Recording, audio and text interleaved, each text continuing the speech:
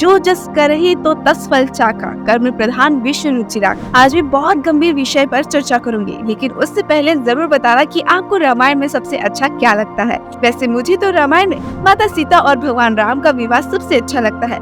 रामायण की ऐसी कई बातें हैं जो सोशल मीडिया पर वायरल हो रही है।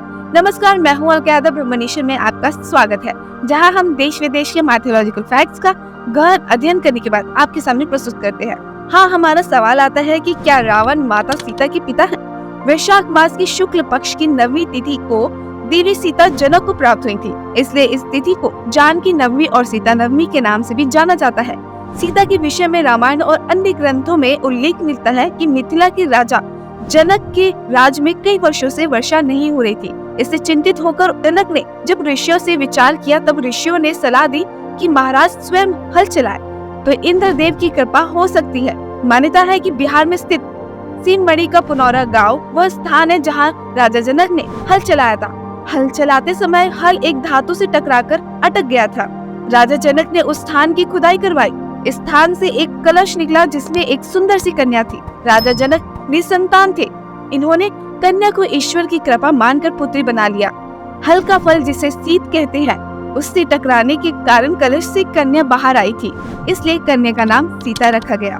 इस घटना से ज्ञात होता है कि सीता राजा जनक की पुत्री नहीं थी। धरती के अंदर छुपे कलश से प्राप्त होने के कारण सीता खुद को पृथ्वी की पुत्री मानती थी, लेकिन वास्तव में सीता के पिता कौन थे और कलश में सीता कैसे आई, इसका उल्लेख अलग अलग भाषाओं में लिखे गए रामायण और कथाओं में प्राप्त होता है। अद्भुत रामायण में उल्लेख है कि रावण कहता है कि जब मैं भूलवश अपनी पुत्री से प्रणय की इच्छा करूं, तब वही मेरी मृत्यु का कारण बने। रावण की इस कथन से ज्ञात होता है कि सीता रावण की पुत्री थी।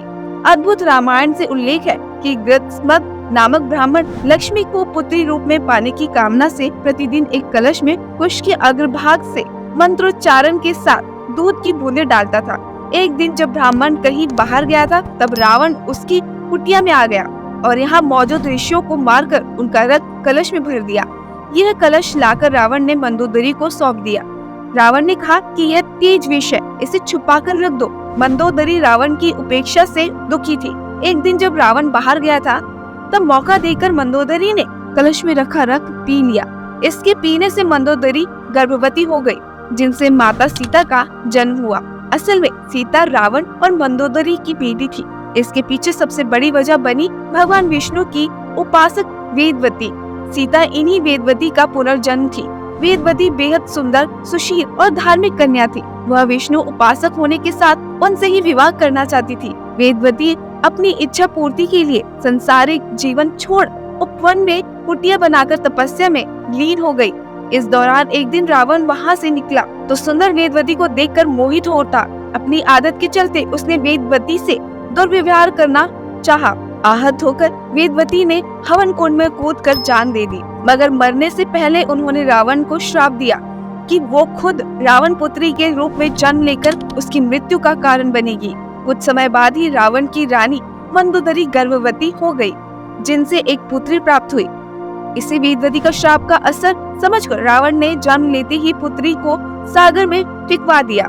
सागर में डूबती कन्या सागर देवी वरुणी को मिली, जिन्होंने उस नन्ही सी कन्या को धरती की देवी पृथ्वी को सौंप दिया, जहाँ से वह राजा जनक और रानी सुनैना को मिली और कालांतर सीता के रूप में जानी और पूजी गई। राम विवाह और पंचवटी में सीता के अपहरण के चलते श्री राम ने लंका पर चढ़ाई कर रावण का वध किया। सीता मैया दिव्य स्वरूप मानी जाती है। कहा जाता है कि जब रावण उनके अपहरण के लिए आया, इसके पहले ही सीता ने अपना वास्तविक शरीर अग्निदेव को सौंप दिया था।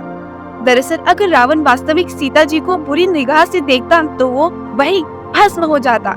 यही वजह थी कि अंत में भगवान राम ने अग्नि परीक्षा के रूप में सीता को अग्नि देवता से पुनः प्राप्त किया, लेकिन धरती से उत्पन्न हुई सीता अंत में उसी में समा गई।